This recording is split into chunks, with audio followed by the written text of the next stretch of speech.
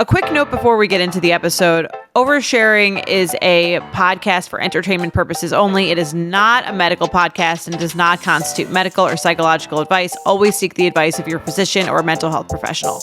Hello, and welcome back to Oversharing. I'm Jordana Abraham. And I am Dr. Naomi Bernstein. How's it going? How are you? What have you been up to?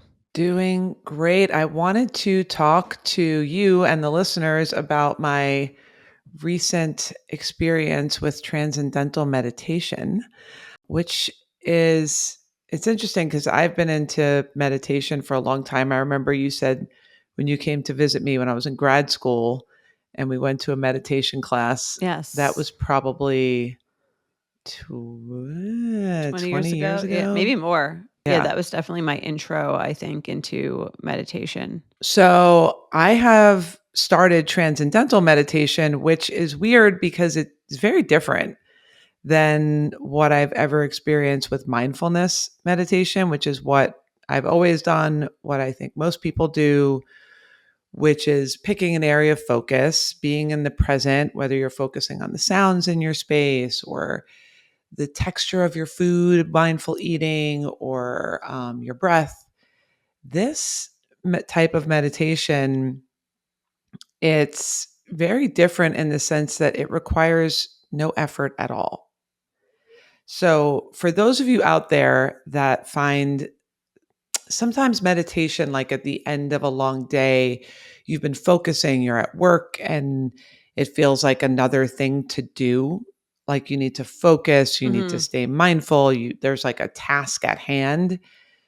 Transcendental meditation is completely effortless. It's really, really easy. How so? All you do, so when you go to the training, you get a personalized mantra that's just for you. And What so was the yours? process of I'm not allowed you're not to allowed say. to. Oh, okay. Okay. Yeah. It's like making a wish on your birthday. Okay. Well, the concept behind not sharing your mantra is so they can give everyone the same one. That's what Jeff said. Well, Jeff is doing it with Jeff me, and I are, which is really cool. Cynically in line. Jeff was like, "Do you think we have this? Do you think they just give everyone the same mantra? Because he's doing it too. I don't know his mantra. He doesn't know mine. But the concept behind it is that it has this association with going very deeply inward. So once you share it, then it's kind of like pulling you back out. So it's associated with this." What transcendental meditation is, which is really most mindfulness meditation is like being present in the moment unfolding in front of you, the sounds, the senses of everything unfolding in front of you. Transcendental meditation is very much more going inward into yourself, into that quiet, that knowing, that peace, that calm that's always already there. So kind of stepping back into yourself versus being in the space that you're in the world. And it really does bring a different level of peace and calm and just a sense of kind of knowing. It's interesting because, and then I'll talk more about it maybe on the subscription episode because I don't want to go too deep for those that aren't fully interested, but it almost becomes a little bit of a craving. So whereas meditation, I do enjoy meditation. I look forward to meditation, but this is different in the very first time I did it, I got the experience of what they call transcending, which is sort of an experience of, I would almost describe it like lucid dreaming. You know what that is? Like daydreaming? No, like some people have these experiences where they're like aware that they're dreaming while they're dreaming. Okay. And that's what that means? That it's like you're aware that you're dreaming while you're dreaming. So sometimes in your dream you can like control the dream. Okay. But you're dreaming, which is a really cool experience. I had that once in my life and it was really cool. It actually happened to be like a super interesting like dream where you would want to, like I was flying and I was able to like control where I was going and like aware that I'm dreaming, but I'm flying temporarily. That's pretty cool. You look so bewildered. No, that's cool. I mean, I guess it's kind of like if you know you're dreaming, then aren't you just, I almost just don't understand. Don't you just wake up? Right. Or like, yes. Would you almost panic because you're like, how long am I stuck in this dream? I guess, I don't know. Yeah. I mean, for me, it was kind of calming. And that's what this is like. And I think that's the struggle with that I've had with transcendental meditation is the very first time I did it, sitting with my teacher, I had this experience.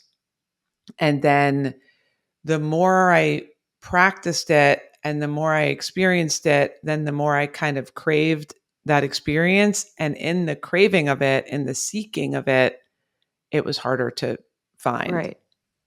That makes sense. Because you almost have to just relax and let your mind and body know what to do, and when you get in its way, that's when you don't get that experience. So the first week of it was actually a little bit challenging because I kept seeking out that You have transcendence to have like and no that like deeper. expectations, you're saying? Yes, exactly right. Yeah. That's very cool. Exactly right. I remember my therapist, my old therapist told me that he once went, actually, I think he did this twice. He did on a 10-day silent meditation retreat. So Yeah. 10 days, you cannot speak Yeah. to anyone at all. And all you do is meditate. Yeah. I've never done that. I did a weekend, silent weekend. I think I told you this story. We might have talked about this. Yeah.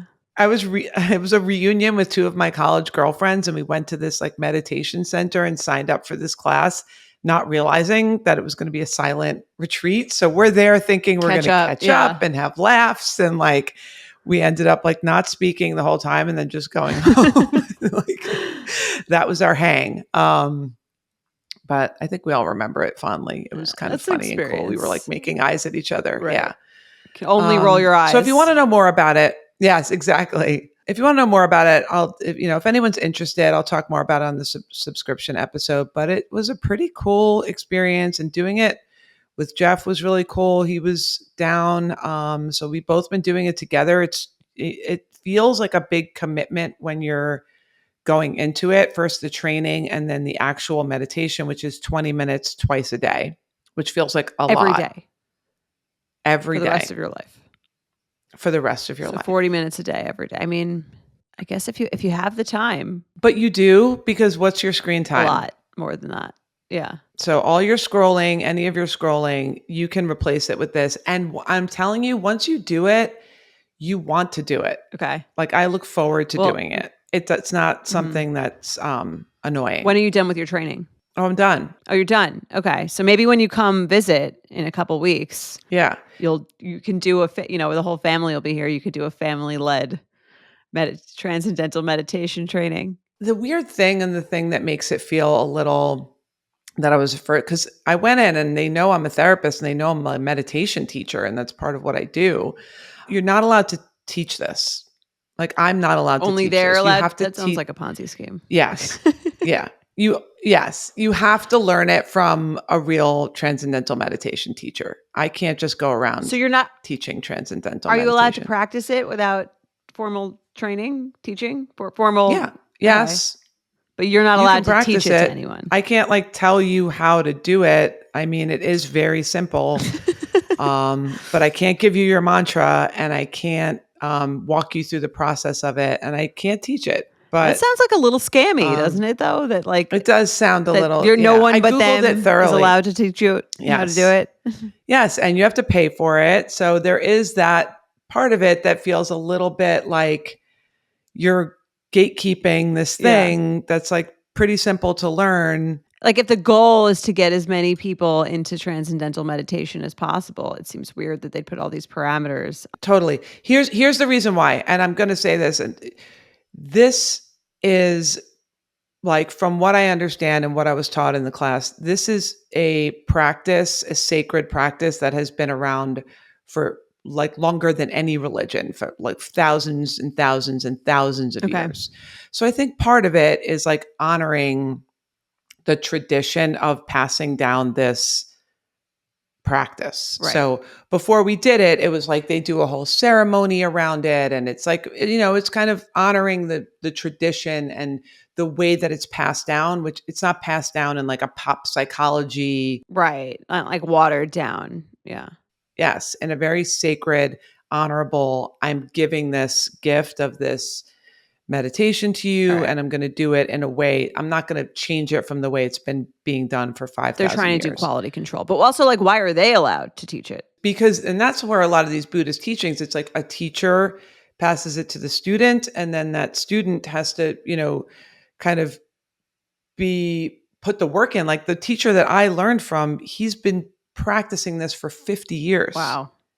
See, Like, how is his vibe? It's chill. His vibe was chill. It'd be funny if he just started like screaming at someone in the middle of the thing. Like that would No, his vibe was chill. He was like a little late sometimes. Like he wasn't stressed out. Okay. He was, he was chill, but he wasn't like a kook. Right. He was like, he showed up, he had like a button down shirt and slacks, and he was like a regular guy, but he wasn't stressed out. He was chill. But I think, they don't want it to be like a watered down pop psychology thing. Mhm. It's like an honored tradition. And I get that.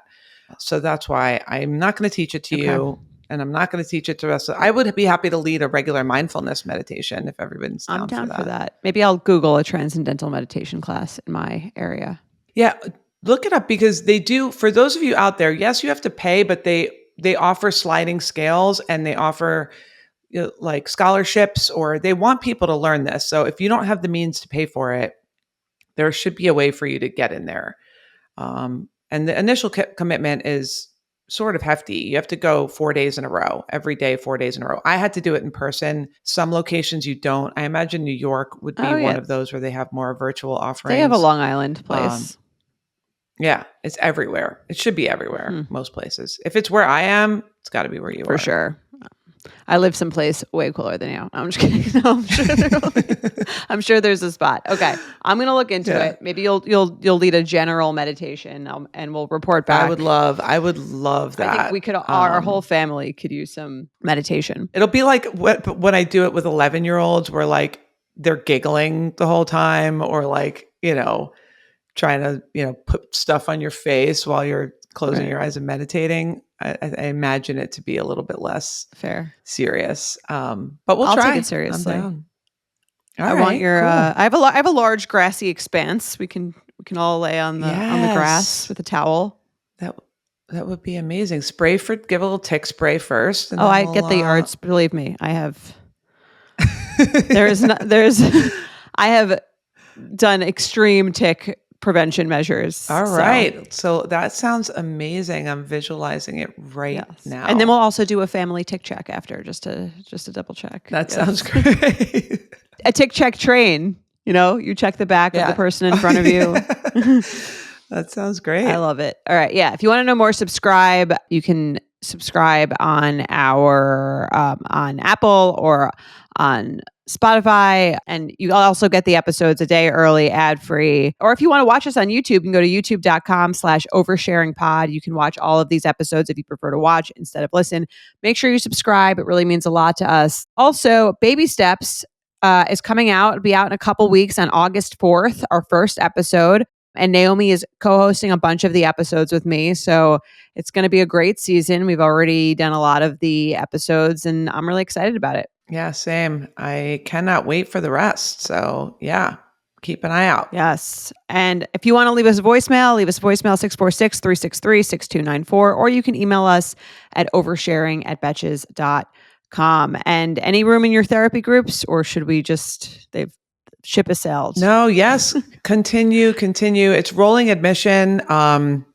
People come and go. I will say people do tend to stay because it's a really comfy, cozy, warm place where that everyone's down to hear whatever you have to say. You never have to come in thinking, what if they're not in the mood and they want to keep it light? So it's really super supportive space, and you get access in general to me. Like all my patients that are in my groups, I always invite them to email me between sessions. I'm very accessible. Once you're in, you're in. So if you want to join, go to naomibernstein.com and fill out an inquiry form, and we will match you up with a group. Might not be immediately, but depending on what your availability is, but we'll find something for you. Awesome. All right, let's get into our episode.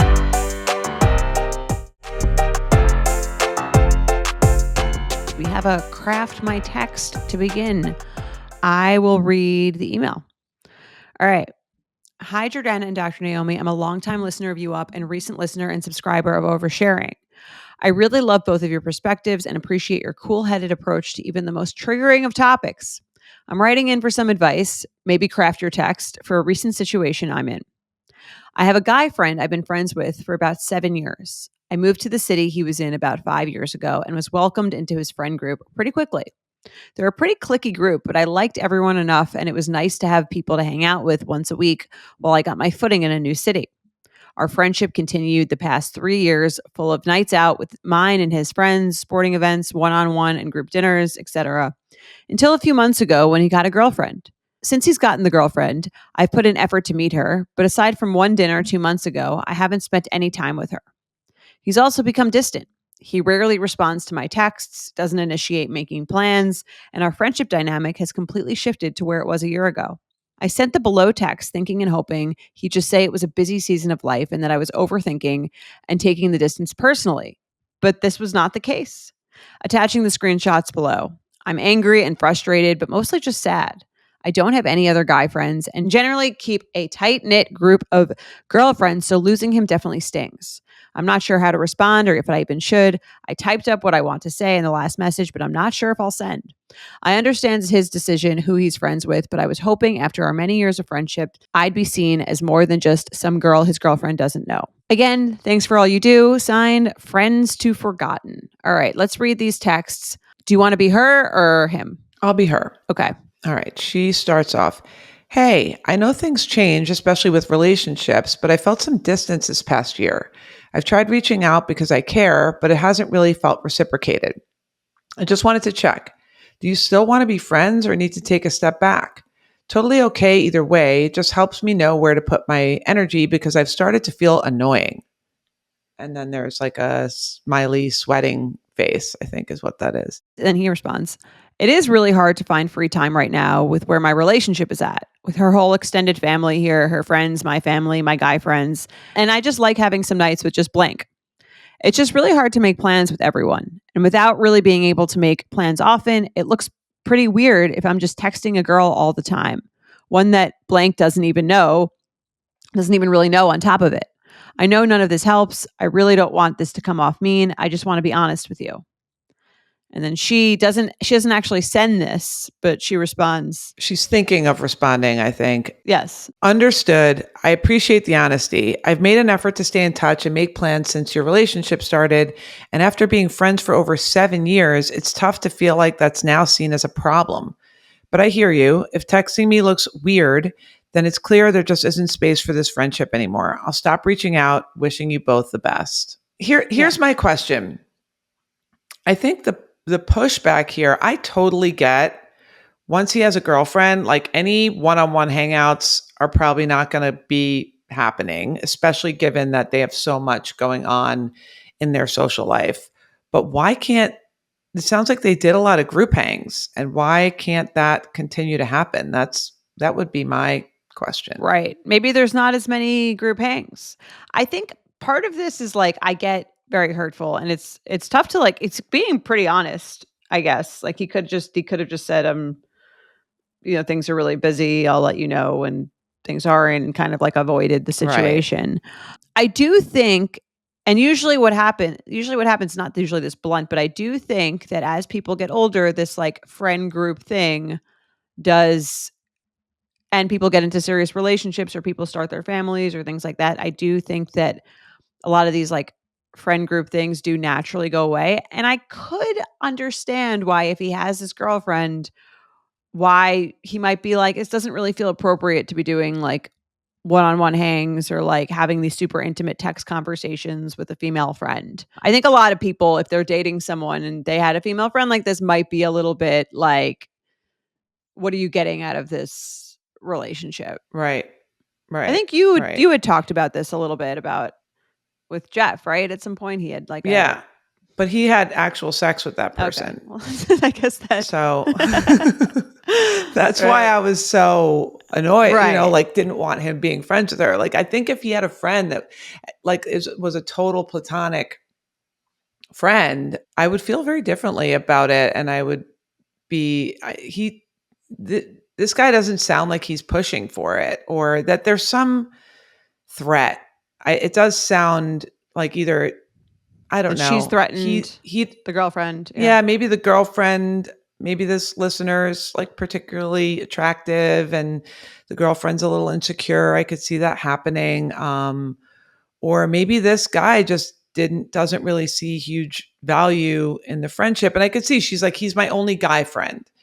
So it's almost like, are you keeping him around just because he's like a guy friend and you like a male perspective, or like, Right. Is there some underlying something sexual tension there? yeah, crush maybe there was, and now that's no longer an option. So he's kind of like, okay, it's like the When Harry Met Sally thing, like is there some, usually an underlying romantic crushy thing on one end or the other at some point, and when that's out of the picture, it's like no longer. But I think she should explore, I get it's sad. It's 7 years. That's a long time. Mm-hmm. But what do you want the friendship for? Is it just because you're feeling rejected and that doesn't feel good? Is there real value add to you for this to keep him around? It sounds like maybe he's not feeling that way. Like the whatever female energy he was getting from you that he was enjoying, he's now getting from his girlfriend, and probably feels like he doesn't need that. Yeah. And I could think that that's hurtful. And it does feel like, okay, maybe like we weren't as good friends. And I think this, we don't usually get emails about this like in a male female friendship, but we do get a lot of emails about female friendships. And I think this happens a lot naturally, a lot. It's like, people get older, they grow up, and their friendship needs do change. And sometimes it's no one's fault, but just like the evolution of people's lives, and like that they're just not getting as much out of the friendship as they used to. And usually they're not this honest. And so I can see how that would be really hurtful. But like Right. at the end of the day, I guess, what are the options? Is it to like try to convince him to stay your friend? If this text to me was like fine. It comes off a little passive aggressive. Yeah. But she's feeling like a little hurt.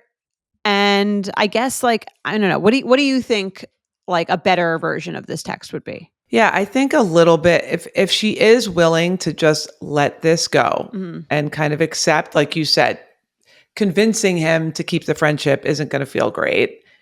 It doesn't really matter why he's doing it. If he's doing it because his girlfriend doesn't want him to be friends with her, or if he genuinely doesn't see the value in it. I think if you're going to let it go, doing so with a little bit more vulnerability. I agree. She was like a little bit, I've made an effort and now I'm seen as a problem. Like, I think that's the part that feels a little bit passive aggressive. I would just maybe be a little bit more vulnerable there and just say, what she says in the end, which is like, I hear you, and even that second part, but I hear you if texting looks quote unquote weird. Right. So I think I get the vibe here. You're defensive. I totally understand it, but I wouldn't convey that. I would convey more of the vulnerability of like, yeah, I understand that it is hard to maintain the same relationship when so much has changed in your life. To be honest, it makes me really sad. I've grown to, look forward to hanging out and messaging. If anything changes on your end and you're open, if you are, I am open to it. Maybe you can, as you adjust to the new lifestyle, wish you all the best. Like, I just think just coming out and saying, this hurts. Right. If you change your mind, let me know. But I get, like you said, that, things change and you can't, even my initial urge when I read this was the kind of like, why can't we just hang out as a group? Like, why does that have to change? If you're there was a whole friend group that sounds like maybe is no longer hanging out. So even my initial urge was like, explain to him, like, we can still hang out in this way, or we can still hang out in that way. But he's a smart guy. I'm sure he realizes that there would be a way to make it happen, and he's choosing not to. Right. And I think she wrote, like, I feel like I'm being annoying.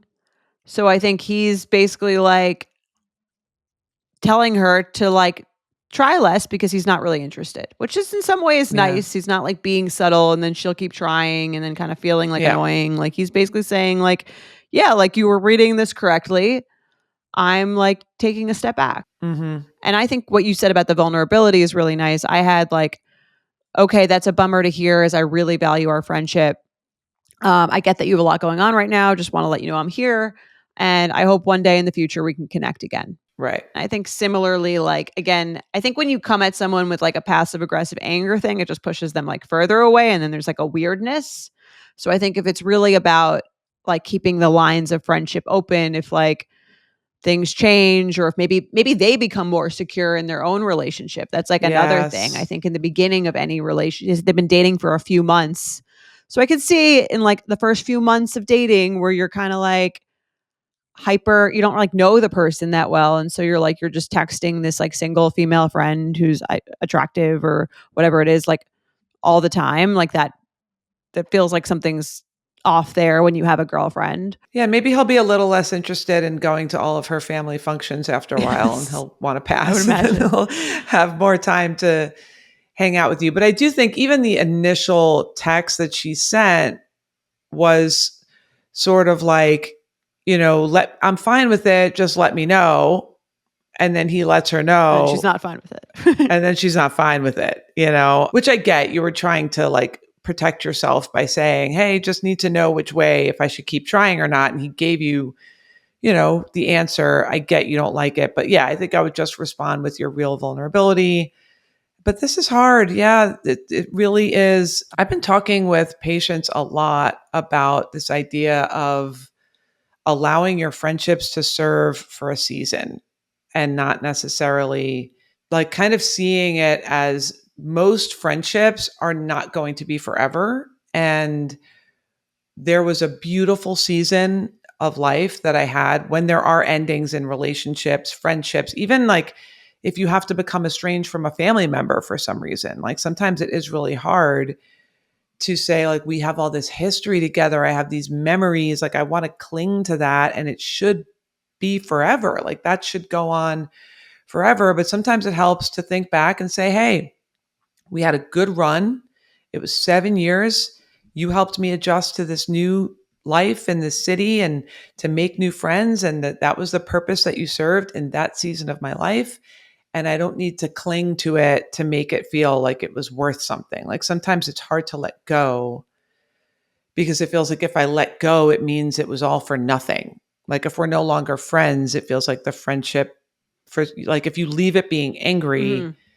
then it feels like the whole thing was pointless or it didn't work Right. out. Like it did worked out, and then it Right. finished working out. And She moved here, like she said, um, she got like this friend group when she moved to a new city, and nothing lasts forever. yeah, I think a lot of people do feel like when they're ending something or they're creating a distance in some way that they have to almost be angry or annoyed in order to do it because it feels like that's what I need to muster up the strength to leave this thing or to let go of this thing. But I do encourage people to kind of be able to say, hey, I don't need to be angry. I might be leaving this because it doesn't feel good anymore or whatever it is, but I don't need to cling to that anger in order to move on and still feel like this friendship served a wonderful purpose in my life. And now the bow is tied at the end of it and Right. I'm going to move on. All right. Well, good luck.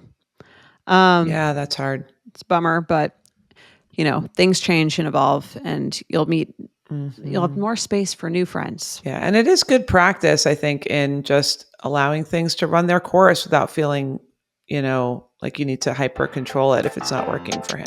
Right.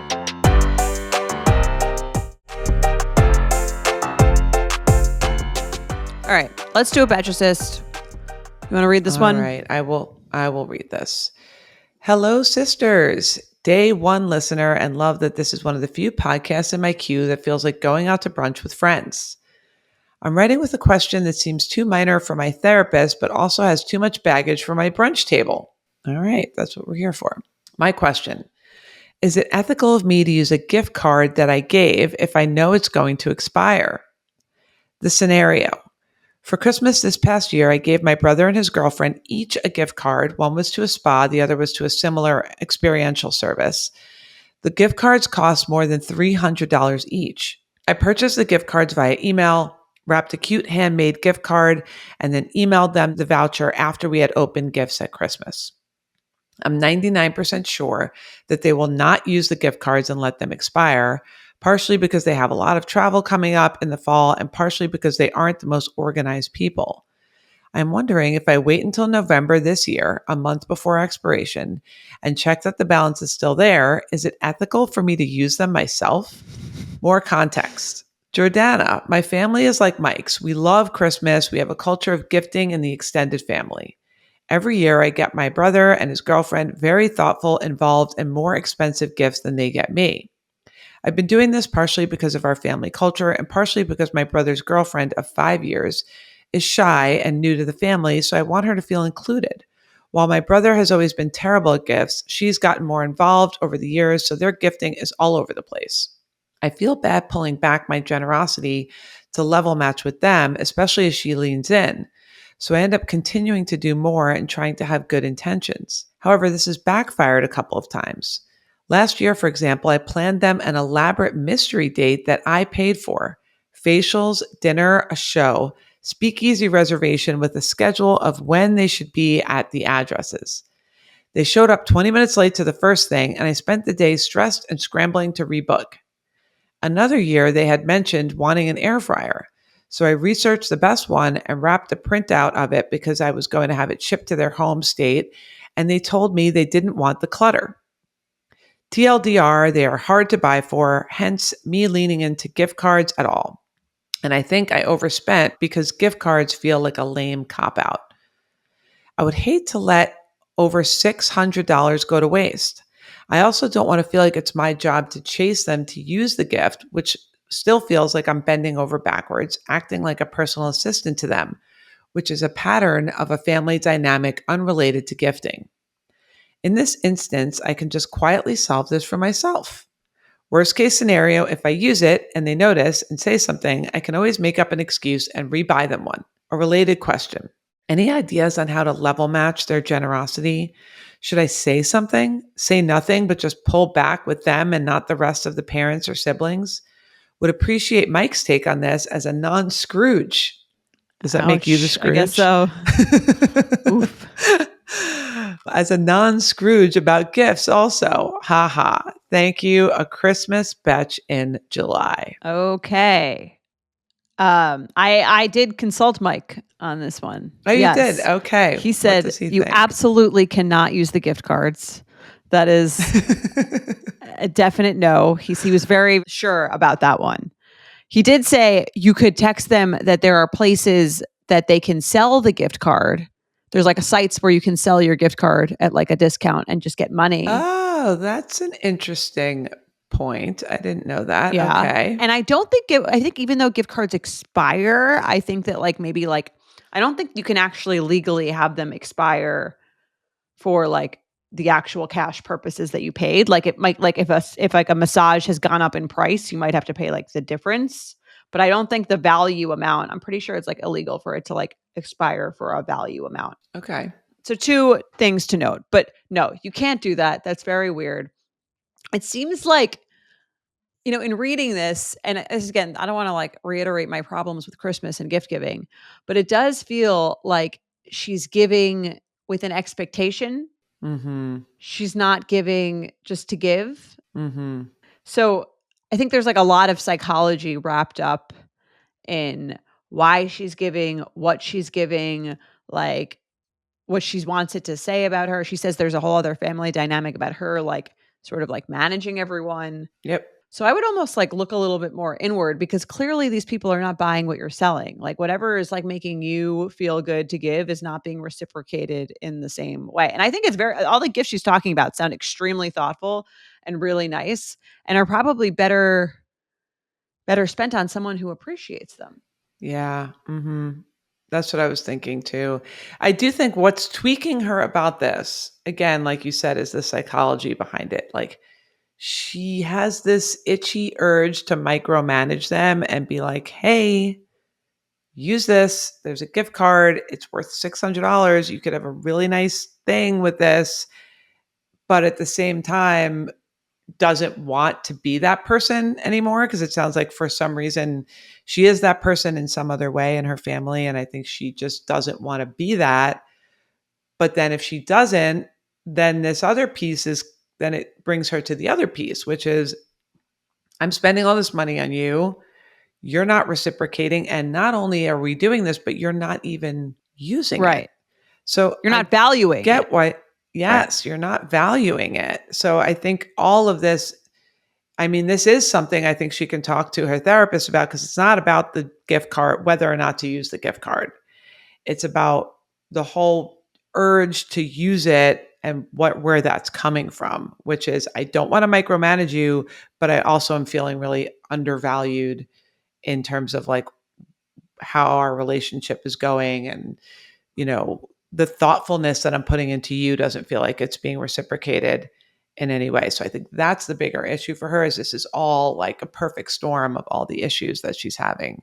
Right. And I think that like it's almost like, and I understand almost like the brother and sister-in-laws, like to an extent. Like obviously it'd be nicer if they were like more appreciative, or saying that they didn't want clutter when she got them the air fryer seems like not the nicest thing to do. But they're also like Yeah. sending very clear signals that whatever she's doing is more for her than for them.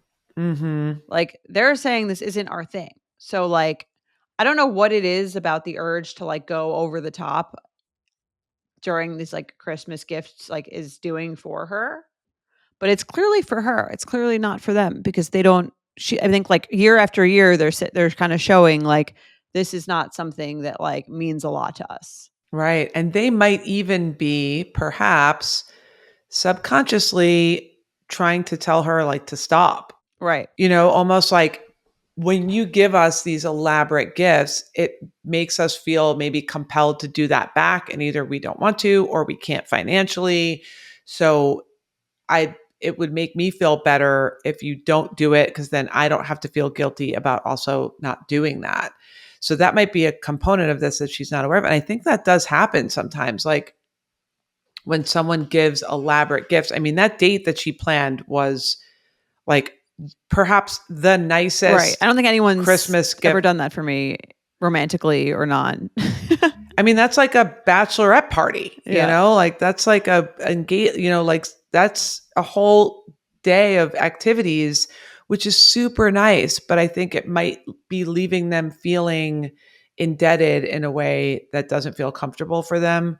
So I think the answer to the second question is pull back. Right. I would pull back. I would lower your dollar amount. I would make it less thoughtful, because when you do it, unless, again, if it just feels good, you like being thoughtful, but I think it's leaving you feeling a little resentful. It's leaving them perhaps feeling a little bit indebted.